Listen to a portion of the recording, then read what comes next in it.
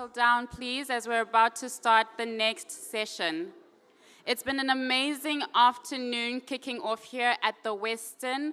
We had amazing panel discussions on hydrogen and the potential for exploration and extraction in our key markets.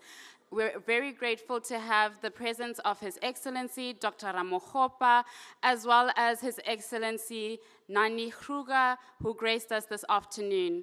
Continuing off on the conversations around fostering engagement and partnerships and collaboration for Africa's energy renaissance, I am pleased to present to you the opening panel session at this time, titled Powering Africa's Future, Collaborative Energy Solution, organized by Rosatom and Gazprom. As Africa continues to experience rapid economic growth and industrial development, there is an increasing need for sustainable development and collaborative energy solutions. Rosatom and Gazprom are industry leaders in this regard, with many years of experience in implementing complex infrastructure projects both on the African continent and beyond. Powering Africa's Future aims to address these pressing issues by bringing together key industry players, policymakers, and experts to explore innovative strategies and foster partnerships. I am pleased to invite to you the moderator for this session, Mr. Ryan Collyer, CEO of RCSA Energy. A round of applause, please.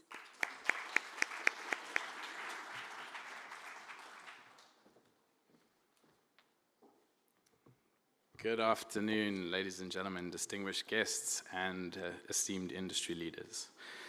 We are gathered all here today for a pivotal event, Powering Africa's Future, Collaborative Energy Solutions, which marks an extraordinary convergence of minds, ideas, and visions aimed at nurturing a prosperous and sustainable energy future for our bright, vibrant continent, Africa.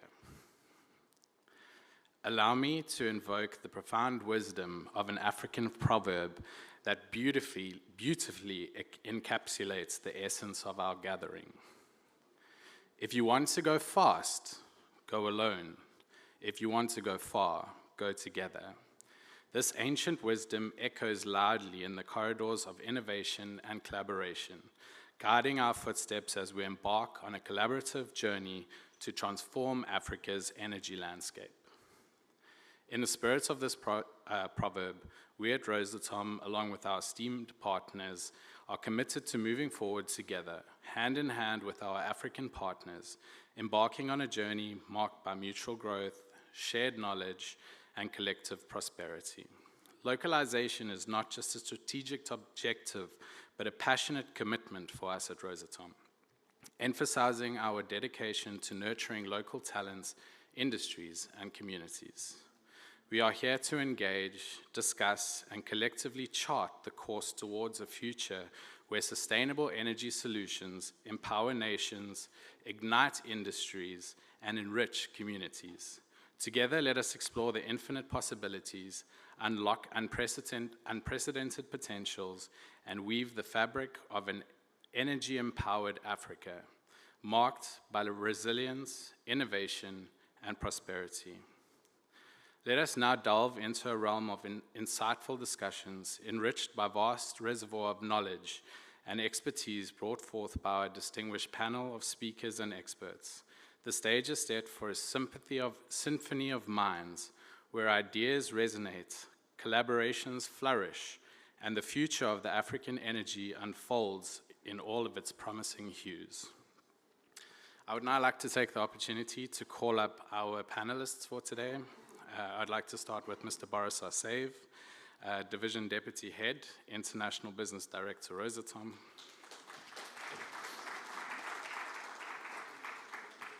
Mr. Ilya Vergizaev, First Deputy Director General, Executive Director, Rosatom Energy Projects. Grin Evgeniy, Deputy Head of Division, International Business Department, Gazprom. Mr. Francis Carruthers, CEO, Lesedi Nuclear Services. Professor Jan Neethling, Director of the Center for High Resolution Transmission Electron Microscopy. It's a mouthful. Nelson Mandela Bay University. Nosizwe Nokwe Makamo, Executive Chairman, Raise Africa Investments.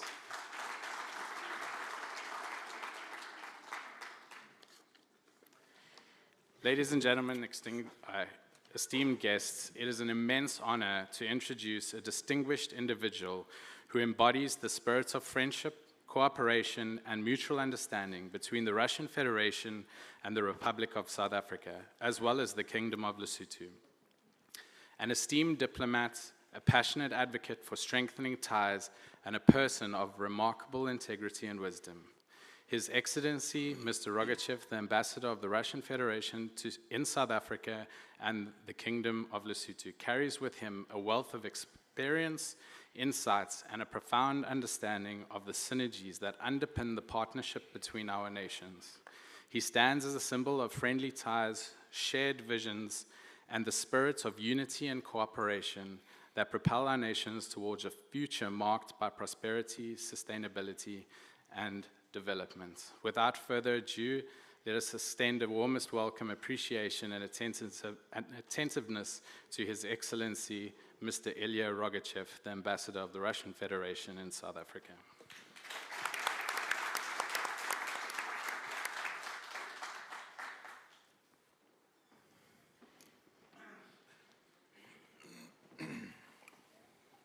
I'm a bit confused. Whom were you talking about lately? Okay, distinguished guests, esteemed colleagues and friends, it is an honor to address you today at this event on the subject matter that you know everything about, and myself, nothing. But this is what we diplomats often do, so I don't feel being an exception. This esteemed gathering here is not merely a convention of minds, but also a collection of visions, aspirations, united by desire to illuminate the African continent with the brilliance of sustainable energy solutions. As we navigate the pathways of innovation and collaboration, let us not lose sight of the solid bedrock upon which our journeys have been forged, the unwavering friendship between Russia and South Africa. Our histories intertwine based on mutual interest, respect, and shared aspirations. Our friendship has been a tapestry woven with threads of resilience, aspiration for justice, and an unwavering commitment to the principles of equality and mutual respect. South Africa, a gem of the African continent, graced with breathtaking landscapes and rich with a diverse and vibrant society, finds itself at a crossroads. The infamous load shedding casts uncertainties and poses significant challenges to the well-being and progress of its wonderful people. Deficit of energy is a challenge to the fast-growing population, as well to the plans to attract investment and ensure rapid economic growth, to provide people with jobs and enhanced living standards. Russians extend not just hands, but hearts and minds, filled with a sincere desire to help alleviate the looming crisis. Our collaboration is more than a sympathizing partnership. It is a combination of technologies, expertise, and shared visions, played in harmony to compose a brighter, more sustainable future for South Africa and the broader African continent. In the spirit of friendship and solidarity, companies like Rosatom and Gazprom have embarked on a mission to unlock the boundless potentials of energy solutions that resonate so well with the concepts of sustainability, innovation, and reliability. Together, we envision an Africa where every household and industry is filled with secure and sustainable energy. I thank you for being architects of this inspiring vision And thank you also for your unwavering commitment to powering Africa's radiant future. Thank you.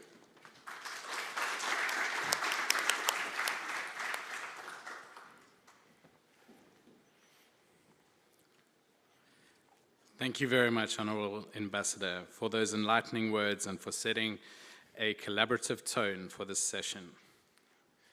Ladies and gentlemen, it is with great honor that I will now welcome an esteemed leader in the global nuclear industry, Mr. Kiril Komarov, the first Deputy Director General for the Corporate Development and International Business of the State Atomic Energy Corporation, Rosatom, and the Director of Atom Energoprom.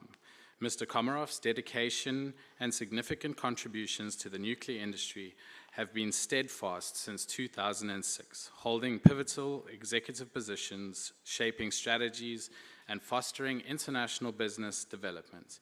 Entrusted with overseeing Rosatom's foreign business activities, his leadership has been instrumental in steering one of the world's technological pioneers with exceptional vision and expertise.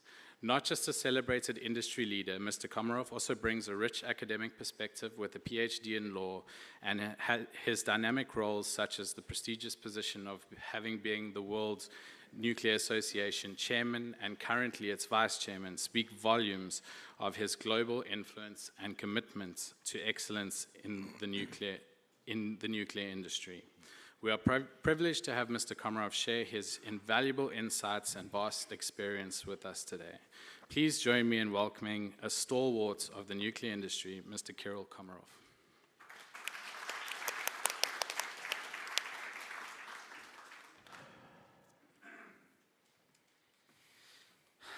Good afternoon, distinguished guests, esteemed colleagues, partners. I'm honored and privileged to stand before you today at the African Energy Week 2023 in the city of Cape Town. I express my sincere gratitude to all who are present, and I would especially like to acknowledge the organizers of containing such an impactful event. Today we convene for a subject of profound significance: powering Africa's future collaborative energy solutions. As we gather on the sidelines of this international forum, I'm really excited to witness the synergy of two industry giants, Rosatom and Gazprom. This collaboration, I believe, holds the promise to reshape Africa's energy landscape. Africa stands on the cusp of a dynamic energy transformation. The continent's energy markets are buzzing with growth, innovation, and potential. However, alongside this progress, the specter of energy poverty casts a long shadow, impeding the path to the comprehensive development. But therein lies our shared vision. Rosatom, backed by decades of experience in complex infrastructure projects, brings forth cutting-edge energy solutions that are not only sustainable but also environmentally friendly. Our portfolio, spanning from nuclear power plants to research reactor and radiation technologies, as well as other energy sources, showcases our commitment to tailor-made solutions that cater to unique energy needs. Our dedication to Africa is unwavering. As an emblem of this commitment, our partnership on the continent have always been based on mutual respect, understanding, and a shared vision for a brighter, energy-sufficient future. It's not just about business, it's about aiding a continent we deeply care for. Now, with the combined expertise of Gazprom in the oil and gas sectors, we aim to tap into the vast technological synergies between our industries. What can be the result, you can ask? A collaborative effort to alleviate energy poverty and usher in an era of sustainable development across Africa. Historical ties between Russia and Africa have been rooted in a friendship, trust, and mutual growth. We have weathered storms together, celebrated successes, and have been pillars of support for one another. It is this deep-rooted relationship that we hope to fortify even further through our energy initiatives.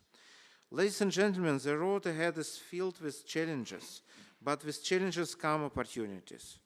Through collaboration, innovation, and a genuine desire to make a difference, I believe we can power Africa's future, one step at a time. Thank you for being part of this journey.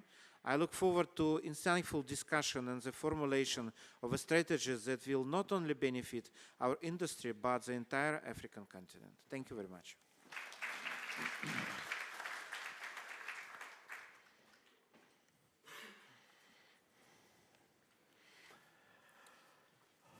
Thank you, Mr. Komarov, for highlighting the transformative impact of synergy and collaboration in ushering in an era of energy abundance and sustainable development in Africa. Ladies and gentlemen, esteemed colleagues and distinguished guests, we are about to be graced with a message from a remarkable figure in the global energy landscape, Mr. Dmitry Khandoga. As the head of the International Business Department of Gazprom and the Director General of Gazprom Export Company, Mr. Khandoga embodies a wealth of experience and broad spectrum of insights into the energy industry. His role at the forefront of Gazprom's international business spectrum has seen pivotal contributions, driving innovation and strategic partnerships that transcend boundaries. Today, he joins us through a video address, sharing his valuable perspectives that will undoubtedly enrich our discussions. Dear colleagues, dear friends, I'm happy to greet you all here, though in this virtual format. Today's roundtable aims to reveal the potential that Russia's leading energy industries, namely gas and nuclear, can offer to African partners. I consider this meeting very important. Here I represent Gazprom, a global energy major that deals not only with gas exploration, production, processing and marketing, but also with production and sales of thermal and power energy. Gazprom holds second place in terms of installed power generation capacity in Russia. It has over 37,000 megawatts of installed capacity of power plants. The majority of this power is generated from natural gas. Earlier today, speaking at African Energy Week session, I mentioned that the world has entered into a real race for combating climate change and achieving so-called net zero CO2 emissions. Listening to the speakers from many Western energy companies and think tanks, you might get an impression that this is the only way towards energy transition, which is to give up fossil fuels and the so-called peaceful atom as quickly as possible, and to focus solely on the renewables. In Russia, we are skeptical about this idea. We are convinced that the only energy transition can and should vary depending on the regions and countries, on their economies and energy industry realities, on social needs, and on availability of local and imported resources and technologies. The Russian Federation managed to create an efficient, safe, and climate-friendly energy system, where gas provides about half of produced power, and nuclear stations cover about 20% of it. On top of that, the regions of Russia are located in different natural and climate zones, with temperature fluctuations from +40 to -60 degrees Celsius. This expertise could be applied for African countries as well, where energy consumption per capita is 5 times less than the global average and 20 times less than the US average. In addition, energy demand in Africa will definitely grow fast in the coming decades, which calls for all available sources and resources. So there is no excuse for the fact that energy wealth in the continent is still being exported to Western countries. We fully understand that the top priority for African countries is to get access to energy in the cheapest and easiest way. When dealing with energy poverty, we are obliged to give the utmost importance to social and economic impact for every solution. The expertise of Russian companies can help to fully explore energy potential on the continent, leading to its own path for the energy transition, and to the smart and consequent exit from use of coal and oil products in power generation. Along with the general issue of energy poverty, African countries deal with a number of other problems where gas can help too. First, is air pollution in modern cities, a serious issue that will only get worse if necessary steps are not taken now. Switch from coal and oil to gas and power generation, and using gas on transport can help to improve air quality in populated urban areas. The second issue is blackouts and stability of power supplies. Africa definitely lacks developed power grids and sufficient flexible generation capacity. With this, when even a small amount of renewable plants is connected to the grid, their volatility and unpredictability can only aggravate risks of blackouts. Gas power plants being secure and flexible can help to achieve the stable power supply in the most efficient manner. We're convinced that gas and nuclear power together can bring light in every corner of this continent. We are not only the bridge fuels on the way to fully renewable economy so much praised by West. They can also be the destination fuels for a number of countries and regions. In this respect, here is the right place for leading Russian companies of both segments to discuss the real working solutions for energy supply in Africa. It is always useful and efficient to look for cooperation chances than to oppose single fuels to each other. What we have learned from the global expertise so far is that a single energy source cannot be the base for creation of a secure, flexible, and efficient modern energy system. I wish all the participants to have a fruitful discussion and to find new solutions for the benefit of Africa.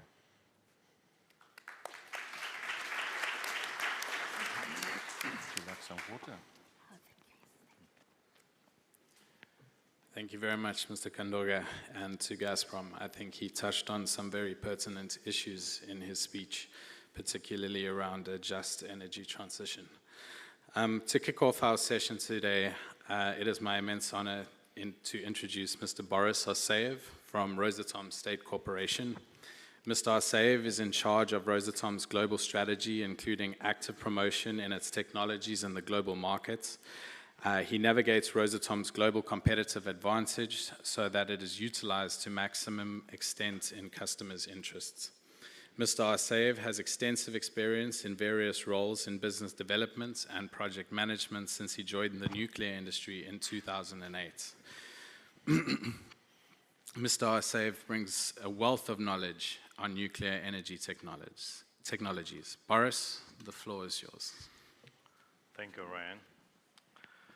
Ladies and gentlemen, dear distinguished guests, my name is Boris Arseev, and as International Business Director, I represent State Atomic Energy Corporation, Rosatom. As Mr. Komarov mentioned, Rosatom is a global technological company. In our backlog, we have an extensive product line of energy solutions for the interstate population, specializing in high technology and low carbon energy. Rosatom accumulates competences in the field of nuclear energy, wind and hydropower, thermal power plants, participates in projects in the oil and gas sector. We also develop hydrogen energy and promote technologies in the field of energy storage system. For over the decades, we have developed a historic and long-standing cooperation with Africa. Now we have quite a number of ongoing projects on the whole continent, from fuel supply and service for already existing facilities to the construction of the new and modern NPPs. Nowadays, we see a huge renaissance for nuclear technologies in Africa and work with a number of countries on developing solutions to address different spheres of life. Besides energy, it covers healthcare and agriculture. Today, the biggest nuclear project in the region is the construction of El Debaa nuclear power plant in Egypt.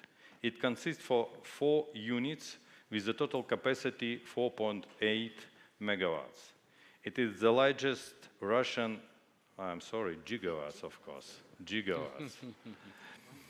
It consists of, and it is the largest Russian-Egyptian project since the construction of Aswan Dam that was done in 1960s. 1970s. By the end of this year, it will be all 4 units in full construction mode.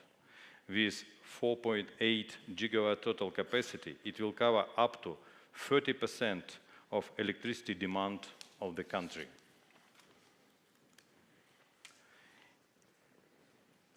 In total, with LDBA, now we have 22 units in 7 countries at different stages of construction. On this slide, you can see our recent milestones on just 3 of our nuclear power plants as an example of the scale of our work. This year, we had already supplied first fuel to 2 of our nuclear power plants, to Turkey in April this year and Bangladesh less than 2 weeks ago. After that, both countries officially joined the Nuclear Energy Countries Club.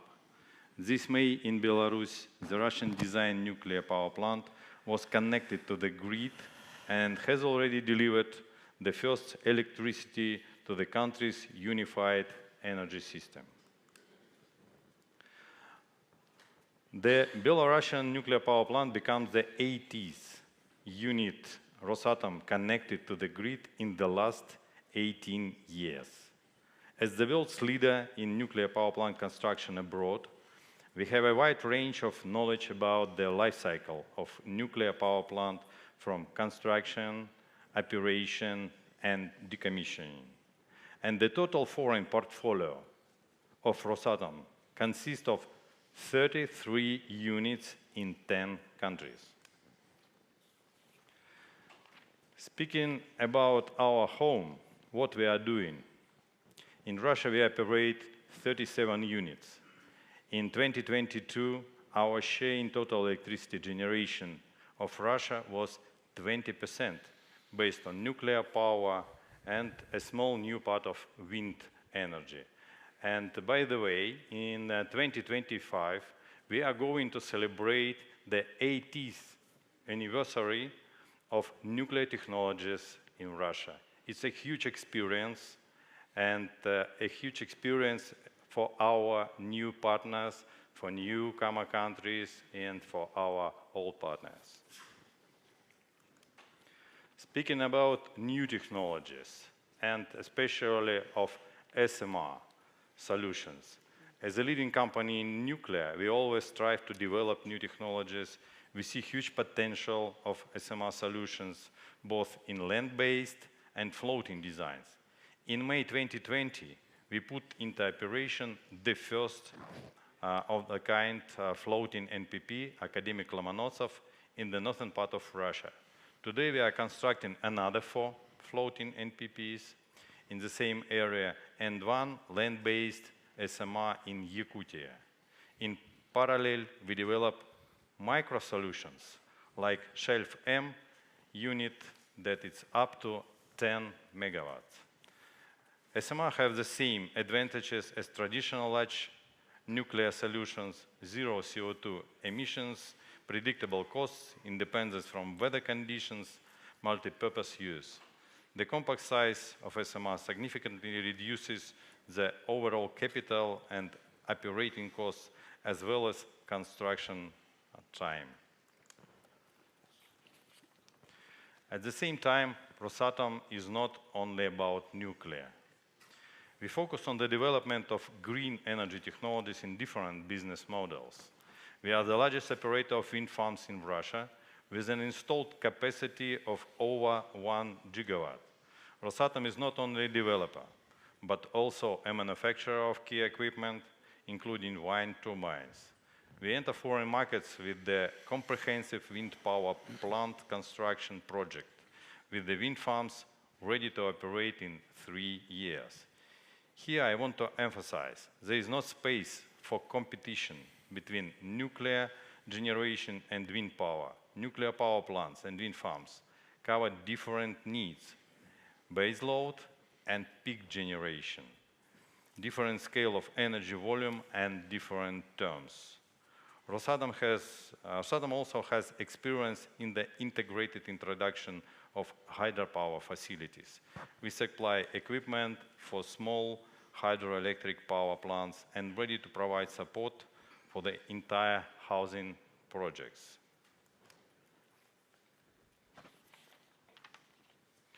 Rosatom is one of the largest suppliers of efficient technological solutions for the oil and gas industry in Russia and abroad.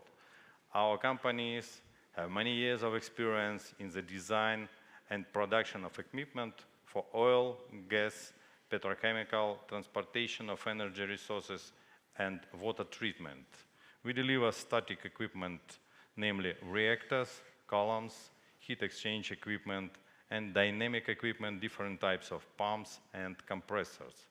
We are also one of the key participants in the implementation of the Russian government's roadmap for development of domestic LNG technologies, Yamal LNG, Arctic LNG.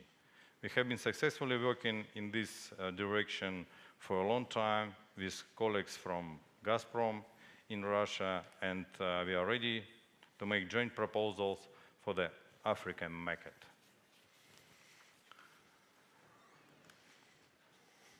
As in the nuclear power industry, Rosatom has a fundamental approach to solutions for the oil and gas industry. As an example of this approach, I will tell you about the test bench of pumping equipment. In 2021, the construction of the fourth in the world and the first in Europe stand complex was completed, which allows testing several types of critical LNG equipment in the hardest conditions. In the end of my presentation, I would like to highlight that we pay great attention to the compliance of its products with the Sustainable Development Agenda in its activities.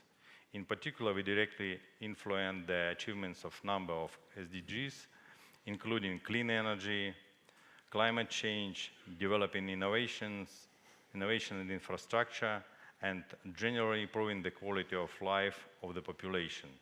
Today, we will go in more details into our individual solutions for electric power industry and the oil and gas industry. Rosatom always stands for the safe and secure technologies and comprehensive solutions.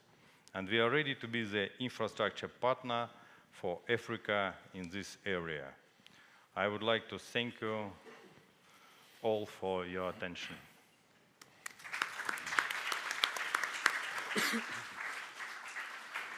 Thank you very much, Mr. Arseev, for that insightful presentation. At Rosatom, local partnerships is vitally important to us. I would therefore like to introduce one of our local experts, and Professor Jan Neethling. He holds the esteemed position of Director at the Center for High-Resolution Transmission Electron Microscopy since 2010, and a professor in physics department at the Nelson Mandela Bay University since 2003. Prof. Neethling's groundbreaking research focuses on uncovering the intricate characteristics of materials, primarily employing transmission electron microscopy. Adorned with numerous awards, including the prestigious Ernest Oppenheimer Gold Medal and the Honorary Medal of the South African Academy of Science and Arts in Science and Technology. Professor Neethling's contributions have been nothing short of remarkable. Professor Neethling, I would like to ask you to perhaps enlighten us in some of the cooperation you've had already with Russia, and then perhaps comment on Boris's presentation in terms of how you foresee nuclear playing a role in Africa going forward. Thank you. So thank you, Ryan, for the opportunity to address the delegates. I also just want to say welcome, ladies and gentlemen, and a special warm welcome to all the Russian delegates. I know it's far from South Africa where you live, but I'm very glad to see so many here. So I'll just give a short overview of history. Ryan has already given enough information, but let me just start here. In 2010, I established a National Center for High Resolution Transmission Electron Microscopy. So we have 4 very advanced microscopes, the only center in the whole of Africa where we can basically see atoms and how they behave in materials. And this is very important for nuclear reactors because the safety of a reactor always depends on how good the materials are, and to ensure that radioactive elements will not leak out. And so as a result of these instruments, we collaborate with 30 institutions across 14 countries.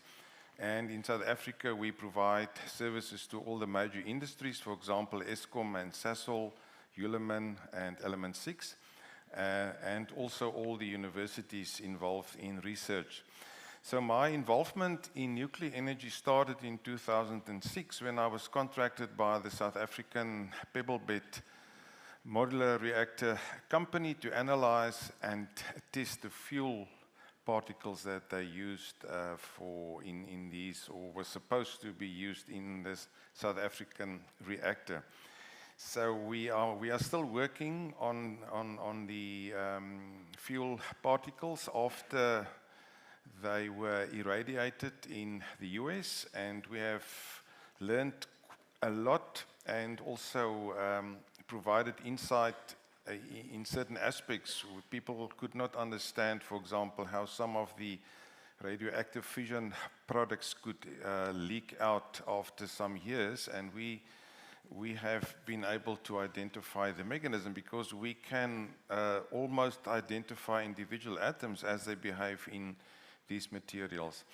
In 2011, we started a very successful collaboration with the Joint Institute for Nuclear Research in Dubna.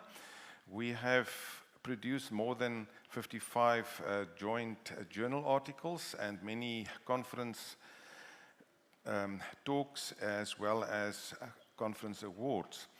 The research focus is on fuel cladding materials for water-cooled reactors and inert matrix fuel hosts for the burning of nuclear waste in fast reactors.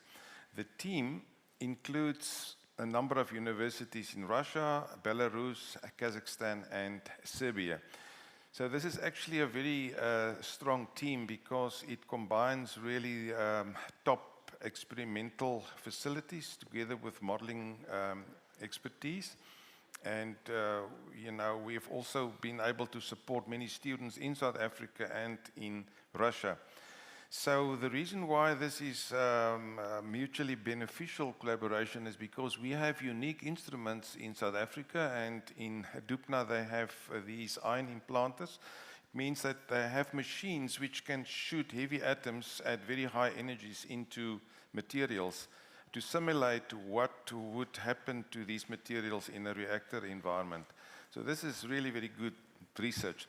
Now, my solution to the energy crisis in South Africa, I think you all know how we ended up here, but it will not help to go down that route. I believe it's important to fix the old coal power plants and add additional nuclear energy. That is the best immediate solution.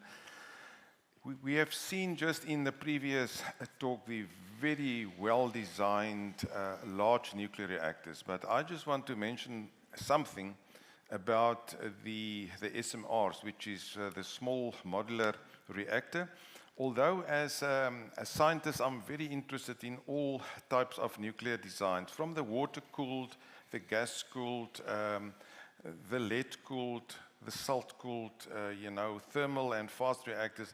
But one must be realistic. What is important for South Africa is to add electricity fast. And therefore, although we can dream to be involved in these advanced reactors in future, also I think a floating reactor, which is a SMR, it's basically 100 megawatts electricity in a barge that they can bring to a harbor all around Africa, actually. And, this can happen quite fast, and the advantage is that after a number of years, the reactor is just replaced, so the waste goes back to Russia, where they can process it and eventually burn it in a fast reactor.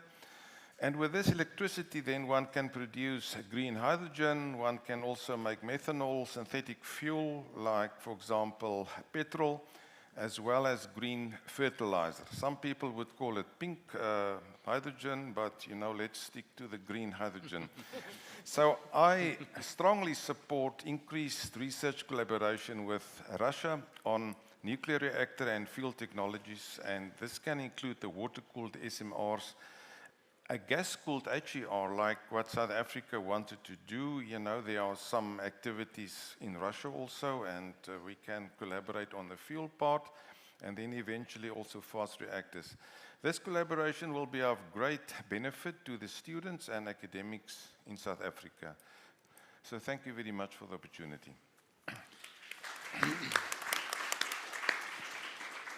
Thank you very much, Professor Neethling, for those interesting words and for reinforcing the promising prospects of nuclear energy technologies in South Africa and in Africa.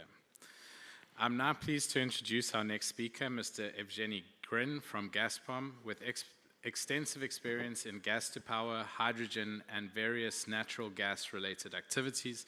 Mr. Grin will elaborate on the crucial role of natural gas in Africa's reliable and clean developments. Yes, hello, thank you for the opportunity to be a part of this session. Dmitry Khandoga has already introduced Gazprom, but I want to underline that we own more than 37 gigawatts of power plant capacities that mostly worked on natural gas.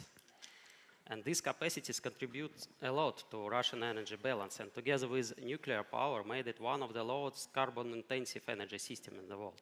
You can see that Africa as well in a position to have quite clean energy balance, thanks for the 40% share of natural gas. But minimal CO2 emissions is not only an advantage of natural gas. I believe you know about energy triangle concept. A balance between affordability, which is, I believe, crucial for Africa, security of supply, which is most crucial for Russia, and green and clean aspect, that is the most crucial for the West countries. We see natural gas can solve this trilemma in a balanced way. Affordability. If you have a domestic gas, it shouldn't be affordable to use it as baseload and balancing source of energy. It would be cheapest source of energy. But LNG can also be affordable. Yesterday, we see a presentation of Restart Energy that demonstrated that wind and solar are the most affordable source of energy. But they forgot to mention they didn't consider system cost of RES integration, cost of energy storage and backup, cost of creation huge transmission infrastructure. And they used quite low cost of capital when calculated these prices. If your cost of capital is more than 10%, that I believe is the case for Africa, LNG-based generation became to be price competitive with renewable source of energy due to the low capital intensity and its low part of capex in all the cost of electricity. Reliability. I understand that Africa has a problem with blackouts, with load shedding that can be mitigated by addition of gas-fired generation, reliable source of mid-merit and peaking energy. And green and clean part. As I said, gas is the cleanest among fossil fuels and may become not only transitional but destination fuel. But there is another advantage that is not so global. Natural gas can remove local emissions and smoke from the cities of Africa. Gas has 7 times lower toxic footprint comparing to gasoline for transport. Gas has much lower NOx, SOx, and particulates emission when using in power generation, and significantly fewer emission comparing to using wood for cooking, for example. So direct use of gas also has advantage. So the gas can be a solution, but how can we make this solution work? We see from the chart on that lots of African countries have domestic gas reserves, and a lot of them have already produced gas. The problem is in the possibility to attract financing for the new gas project. One of the solutions may be cross-subsidization of domestic gas supplies from export. It can be a solution that we applied in Russia when Gazprom is a company who sells gas for export and use the revenues of this gas to stimulate domestic supply, to create domestic infrastructure, and to supply people of Russia with cheap gas. State support via coordination of stakeholders can also help. For example, in South Africa, when you have tenders for LNG supply and LNG infrastructure development, which are not really successful. We believe that state coordination of power companies, gas companies, and infrastructure providers can result in risk reduction for potential supplier of LNG solution and can bring LNG to South Africa. Another problem is that global financial institutions are moving away from financing fossil fuel projects. So to attract financing, we need to show and promote an emission reduction potential of natural gas and show that it can be an ultimate solution in the future. For example, you can use gas turbines that may be transferable to hydrogen use turbines. And it shows that gas may be a solution for energy transition. Also, we need in Africa can use potential for carbon financing in climate projects. This is huge potential for climate projects, for forestation and avoiding deforestation and other. Also, we believe interstate cooperation for infrastructure projects like pipelines, like small-scale LNG may help. If one country has a gas, it can be supplied to another African country, not to the rich European or Asian country. And the last, but not the least, that development of local engineering competence and technologies may help to promote natural gas usage in Africa. And this is definitely where Russia can help. The last, this is my last slide, that gas can be also used to produce varieties of goods, including, for example, clean hydrogen, so-called blue hydrogen, or turquoise hydrogen, and help to further boost economic development of African countries by moving further through value chain. Thank you.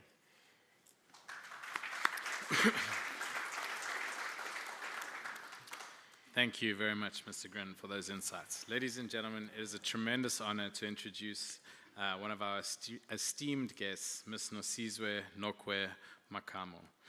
With a distinguished career that bridges the realms of engineering and executive leadership, Ms. Nokwe Makamo embodies the pinnacle of professional excellence and industry expertise. Armed with a wealth of knowledge from revered institutions and significant roles in companies like Engen and PJSC, she has curated a legacy marked by innovation, leadership, and unparalleled achievements. Today, as the executive chairman of Raise Africa Investments, she brings a profound wealth of insight to our discussion.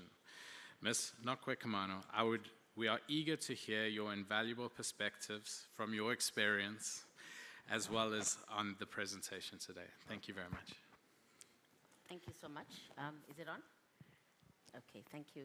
Good afternoon, esteemed guests. Good afternoon, Ambassador. Yes, I'm very excited to be here. We, as articulated earlier, we live in very exciting times. It is so important, I think, for us to realize that it is through learning from others, where others have been, so that we don't start reinventing the wheel and starting to do things that have already been done. We were privileged. Okay, let me say, apart from the fact that one has been working in the oil and gas environment for the past 2 decades, you need to move with the times. And when we come to talk about what is happening now, supposedly in this whole transition issue, you've heard all the speakers speak about the fact that, given the fact that Africa sits on a huge amount of fossil fuels, of which quite a lot of it is gas, and the opportunities that exist for us to be able to utilize that gas for the industrialization. We were privileged, some of us, to be able to put practice into some of the presentations that we've seen today. For example, Gazprom. We were privileged to be able to visit the whole, not the whole, but the value chain which Gazprom operates upon, that I think some of the presentations have covered today. So straight from source, we went to the Yamal Peninsula, which is in the Arctic Circle. Very few people have actually been to the Arctic Circle. We were the lucky ones to be able to go to the Arctic Circle in the deep of the cold, minus 60 degrees during winter. This is where the largest gas reserves of Russia are being produced. Privileged to see how from not only the Yamal Peninsula, but all over Russia, the gas is piped centrally, and it goes to the central pipeline and then is redistributed to the production facilities where the gas is treated, and all the processes are followed, and then it is actually distributed throughout the country by various means of transportation, right through to the industries for the use industrialization, for gas to power use, and also, beautifully, we were able to also go to the rural areas, because a lot of people think of Russia as St. Petersburg and Moscow. There are some rural areas, far-flung. Russia is a huge country. And we're able to go to some of the rural areas and actually see how gas is even taken to the last mile, right into domestic use, warming up homes, speaking to people who said, usually in winter it's minus 30 degrees, minus 40, it's difficult to warm up the environment, but ever since the municipality has brought gas into their homes, life has completely changed. So the quality of life has changed in terms of the warmth even of their homes. So you see the whole value chain from an industrialization perspective, right down to even a rural area which you might think, you know, could be forgotten and be off the grid, but that wasn't the case. So we've managed to actually understand what goes behind it, the type of infrastructure that you need to put, which is quite a lot of infrastructure that you'd have to put behind such a process. So it becomes very important then to, I think, to echo my colleagues' words here. Collaboration with people that already know what they're doing, have done it, have got the experience in doing it, and also being able to have a positive impact in the industrialization of the country, and also have an impact on the communal lives. Because I think once you if you industrialize and you're not able to take along the people, then you might end up with different dynamics in your society. So it is possible, colleagues. I want to say that it is possible. And we shouldn't only think about export. I think one of the beautiful things we also learned is, or saw, is that a lot of the gas that's produced in Russia itself is used for domestic development. And this is somewhere, I think, where we need to get to. Here in our continent, we need to do regional collaboration with our neighboring countries and find out how we can increase the economies of scale to create those markets that can use the gas. So it is something that's possible. I would urge us, as we go along on this journey, to think about how can we actually, I think they're investors here, they're business people, they're entrepreneurs, how can we actually be able to positively contribute towards increasing our participation in this value chain called gas? I always say, Ryan, one thing is that we will all be forgiven by the previous generation for not becoming wealthy on the back of diamonds and gold, because it happened when it happened. I think none of us in this generation will be forgiven by the current generation if we cannot utilize the current opportunity that is actually being provided by the use of gas and the use of nuclear fuel to be able to change the trajectory of the growth of our economies. So I'd really encourage all the participants in the conference to be able to start thinking differently about the manner in which we conceive some of these ideas. Nobody's saying that, you know, we shouldn't be using green energy either.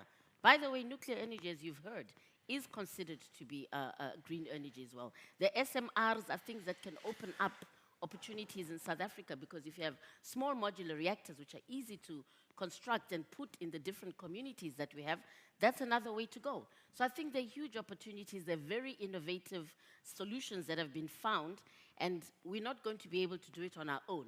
We need to be able to tap into the knowledge and the experience of other countries and companies that have done it before. Thanks, Ryan.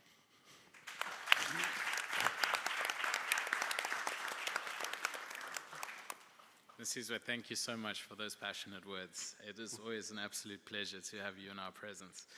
I actually wanted to ask you one question, if you don't mind. How do you see the collaboration between the nuclear industry and the gas industry going forward to make it a success in Africa? So Ryan, I think there are different approaches depending on which country you're looking at. But if I could give a generic answer, in Russia, for example, you've got different companies. You've got Rosatom, that's dealing with the nuclear aspect. You've got Gazprom dealing with the gas aspect, and all the different companies. So in South Africa, in particular, or on the continent as well, I think it's important to each country will look at its situation, find whether they've got the relative policy. First of all, policy area that allows you to participate in that area. Once that exists, it's about looking at whether there exists a company. In some countries, we've got state companies that are involved in some of these activities. In other countries, you don't have state companies, you've got the private sector. Encouraging the private sector as well to work hand in hand with the government policy makers, and went hand in hand with the regional approach, because remember, we've got the issue of market here. So some countries, on an individual basis, you might not be able to create the necessary market that gives you the economies of scale. So let's look at also regional collaboration in terms of solutioning for our energy going forward. For example, in Southern Africa, we've got already an existing platform, which is called the SADCC. We've also got other existing platforms in different parts of Africa, those regional existing bodies in East Africa, in West Africa. Nothing wrong with starting to look at, is there a way of harmonizing policies in terms of looking at whether we can, as a bloc, collaborate instead of trying to do it on a country-by-country basis. So really, I think that the key word here, the key word is about collaboration. How do we effectively collaborate so that we can open up the opportunities at a government level, policy, and then make it an enabling environment for the private sector to be able to participate, because you've created scale, which allows that collaboration to be positive on either side. Thank you very much, Nsizwe. Again, I think the word of the day is collaboration. Yeah. In the spirit of synergy, let's delve deeper into Rosatom's innovative offerings. I invite Mr. Ilya Vergizaev from Rosatom Energy Projects to give us a presentation on Rosatom's offering in terms of small modular reactors as a key to addressing energy poverty and advancing sustainable energy in Africa. Thank you very much. Dear colleagues, Ryan, thank you very much. I'm very happy being here. And small modular reactor is a new topic which is coming for our view. Before coming to the main slides, let me recall to the discussion which Mr. Arseev started. It's sustainable energy is a part of Rosatom strategy, is the main goal. And from October 2022, Rosatom is a member of United Nations Global Compact, is the largest international initiative in business, and it's an area of corporate social responsibility and sustainable development. Actually, the topic is quite interesting and complex, and actually helps to solve a wide range of problems which appear in different parts of the world, in different regions. And for example, nuclear medicine is a part of nuclear technologies, provides a high level of health care and quality of life. Far more atomic technology is a part of for instance, desalination and water treatment is a right access to the clean water. And Rosatom activity in nuclear reactor is a nuclear science and technology, is access to the development of a people, is education and innovation, and so far. So please consider the global complex part as a circle of initiatives, so making us as a global company. But coming back to the topic of small modular reactor, I would like to speak about our products, which could be based on land-based, on floating NPPs, based on reactor Ritman 200, which is quite famous, and Russia built already 6 icebreakers, so it's a reference already. So we could really rely on this reactor, being sure that it's very reliable and working for in all our, let's say, circumstance and all parts, let's say, which is used already in Russia in the Arctic area, but we use it in different areas as well. So it's started being under already on the load in PVEC. It's already working 2 years, so it's a first barge which is located in the north of Russia. So it's already on the line, giving electricity to industrial clients and to the city. So helping the people to survive as in the quite cold area, let's say, and really feeling good being supported by such as a source of electricity.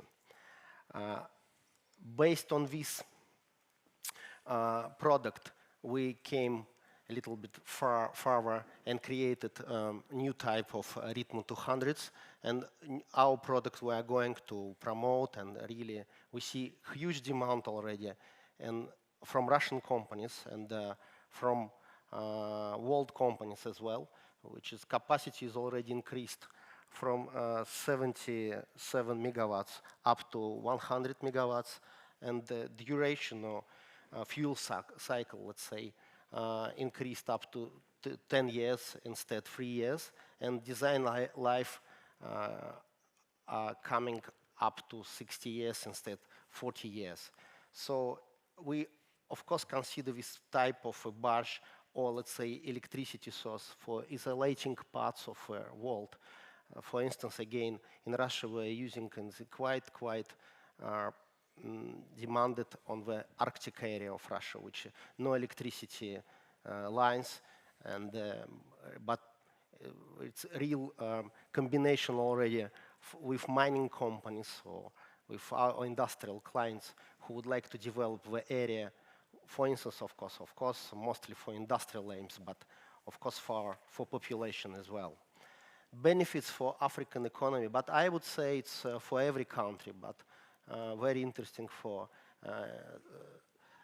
approach for African economies, not only in energy, of course. Energy sector is, of course, stable power, best load, that's clear, but it's public income, unemployment will be solved, so people will be getting a job for many years. It's, you know, that Barsh is actually, and there is a nuclear power plant, is constructed for 60 years, we say, but really the horizont we see it's 100 years, let's say, something like that. And national development as well. So as we usually say, each dollar or each ruble which is invested getting you three times more. So let's say it's real global impact of economy on social life, and really it changed minds, I would say so.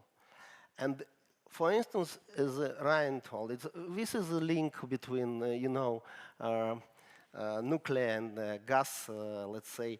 We would like to say that it's, first step, of course, it's possible to burn gas and oil just for energy, but it's a little bit, maybe it's not primitive, but let's say it's first approach. Actually, we think that it's better to use gas and oil for second or third even, like say, technological steps, let's say, using for instance, is direct selling for export, which gives you the figures on the right part of the slide are shown, big impact on the economy. And secondly, maybe, for sure it's better to use it for chemistry and for other industrial purposes, which make your profit higher twice, let's say. So it's, for instance, here is the figures. According to one unit of floating NPP, it's 100 megawatts. So it's analog of per year, it's almost 1 million megawatt, and which gives you 80 millions of cubic meters of natural gas or 500 barrels of oil annually. So I think it's a good exchange, or good change even. And the same figures, I mean, not the same approach shown on this slide for land-based NPP based on Rhythm 200s, which figures are also quite interesting. Thank you for your attention. Actually, but I would like to emphasize, Rosatom offers large-scale reactors, but also small modular reactor and micro reactors as well. So in atomic energy, I mean, we are not, if we're concerned about nuclear electricity sources, is full range of products, and please welcome. Thank you very much.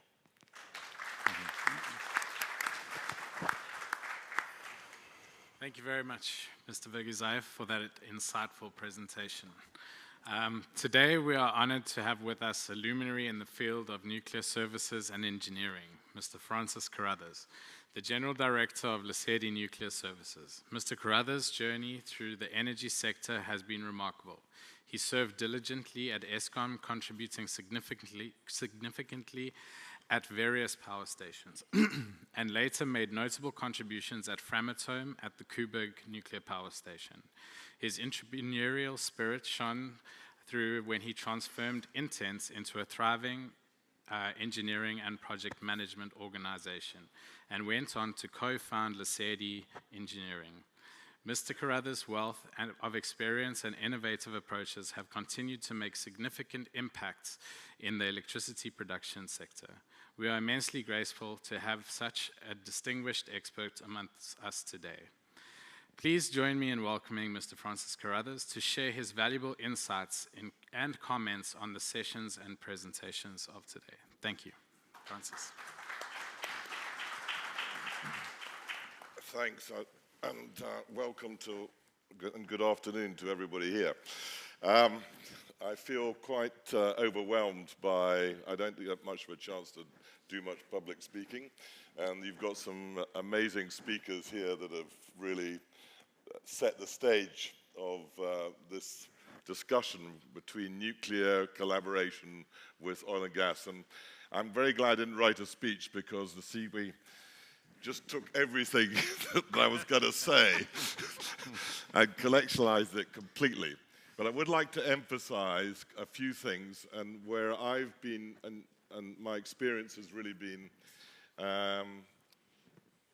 forward. So Africa is hungry for power. There's absolutely no doubt about it. We need power in Africa. And we've got a huge unemployment situation in Africa as well. The youth of Africa is not being deployed, and we need to join those two forces together, whether it is with gas or with nuclear. And I think sometimes when we're talking about nuclear, often people say to me, what have you been doing? And I say, and I work in the nuclear industry. Oh, that's terrible. It's, it's bombs, explosives. And you get this context that people haven't been educated in the nuclear environment properly.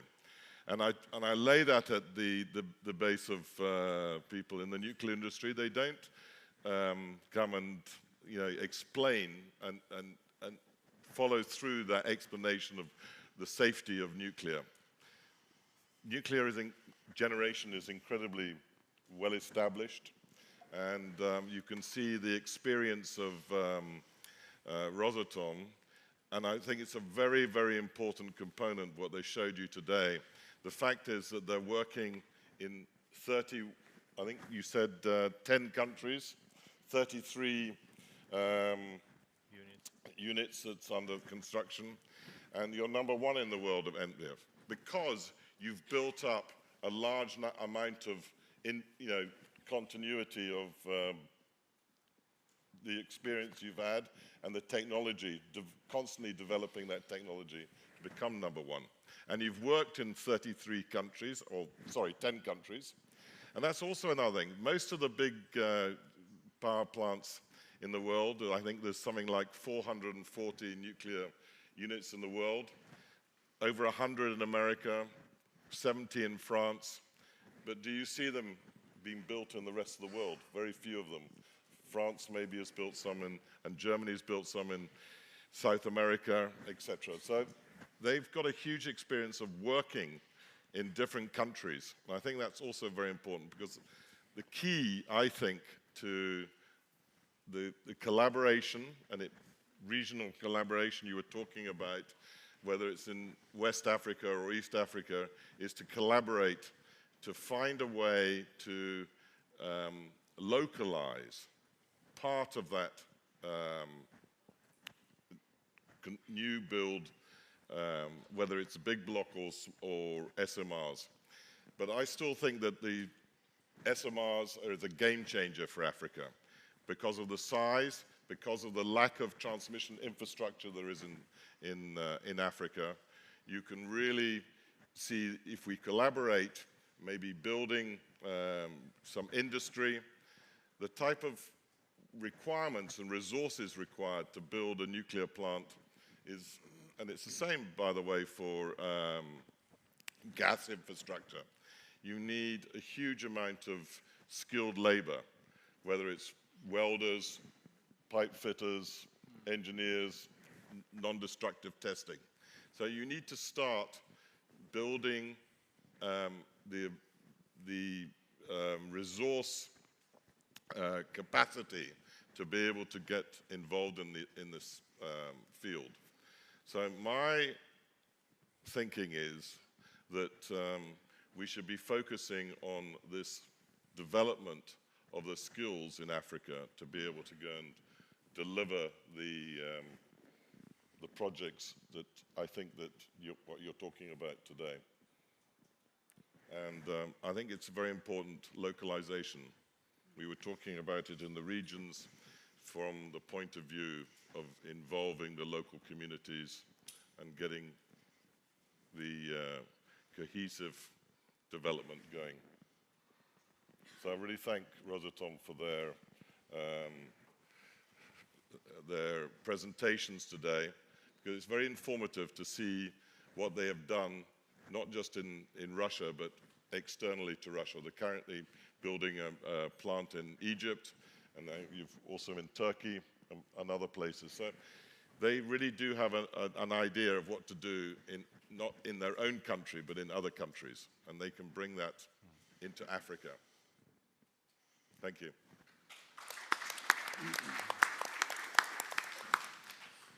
Thank you very much, Francis. I think you touched on some very pertinent points and issues as well, and one of them being the perception of nuclear.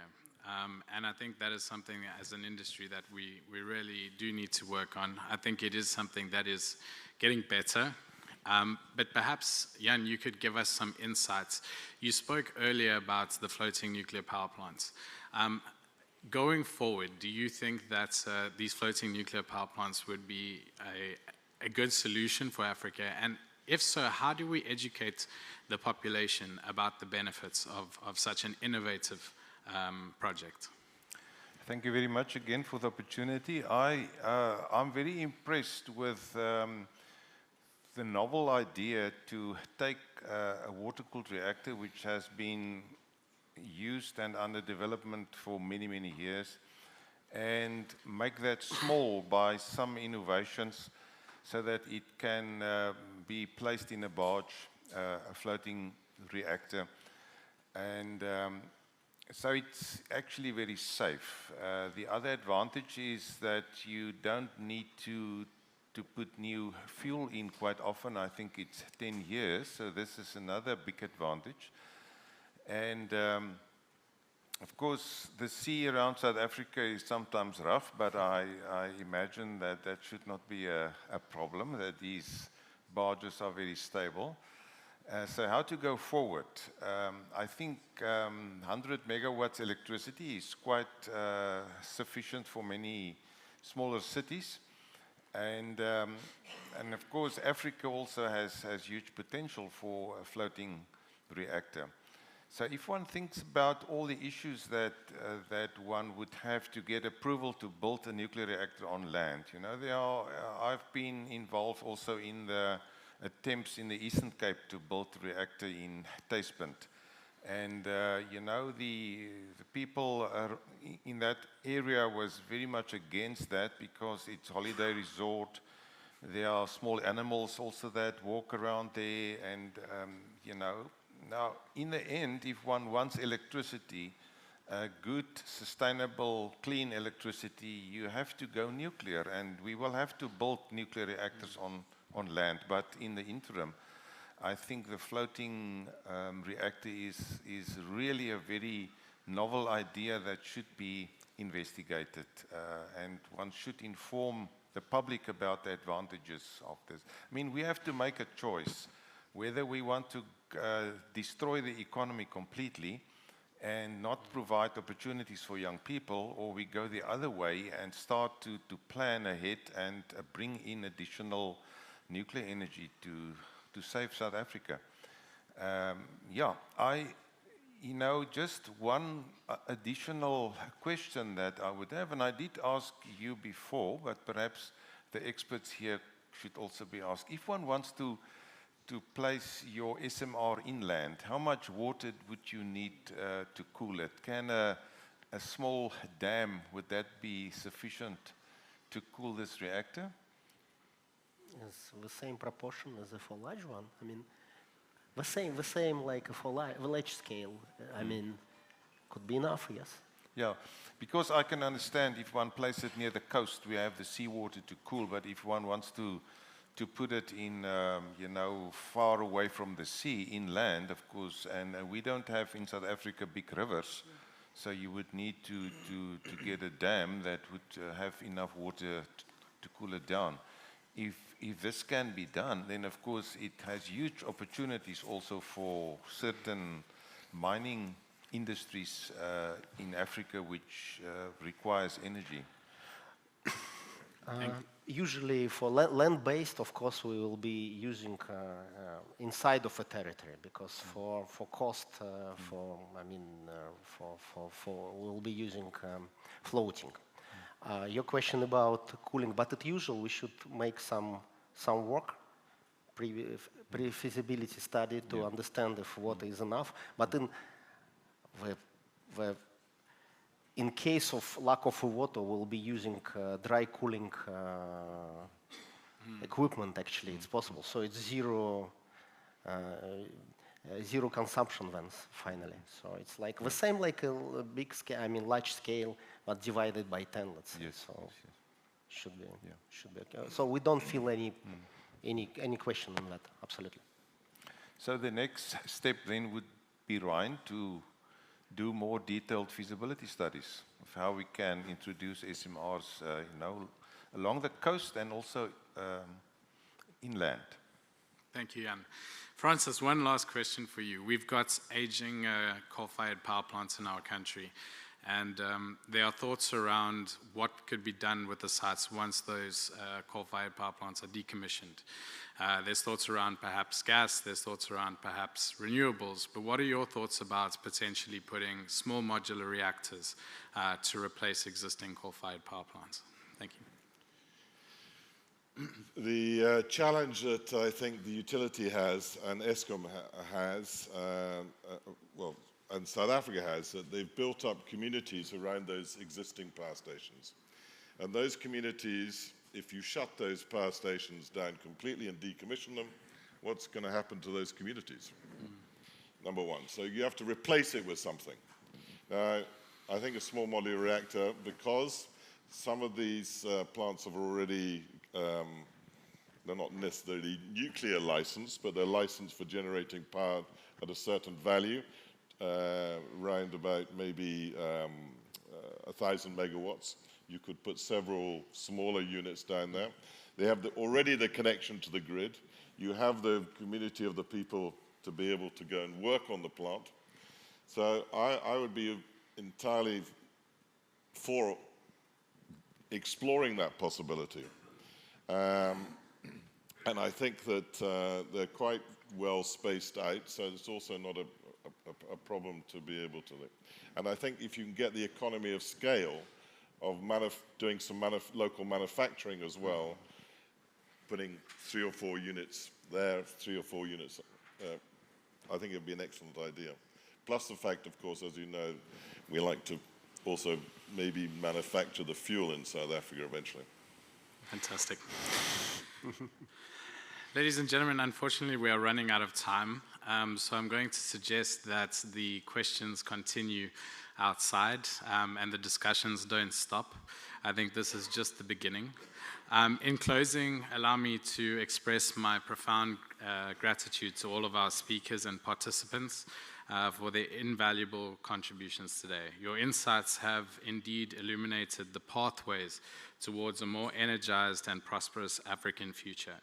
At Rosatom, our commitment to empowering Africa with bespoke energy solutions remains steadfast, always resonating with technological brilliance, enduring partnerships, and nuanced appreciation of Africa's diverse energy landscapes. Thank you all for joining us today. Here's to collectively empowering Africa's vibrant future together. In the last show of collaboration tonight, please enjoy drinks at reception. The drinks are kindly and very generously sponsored by Lesedi Nuclear Services. So enjoy.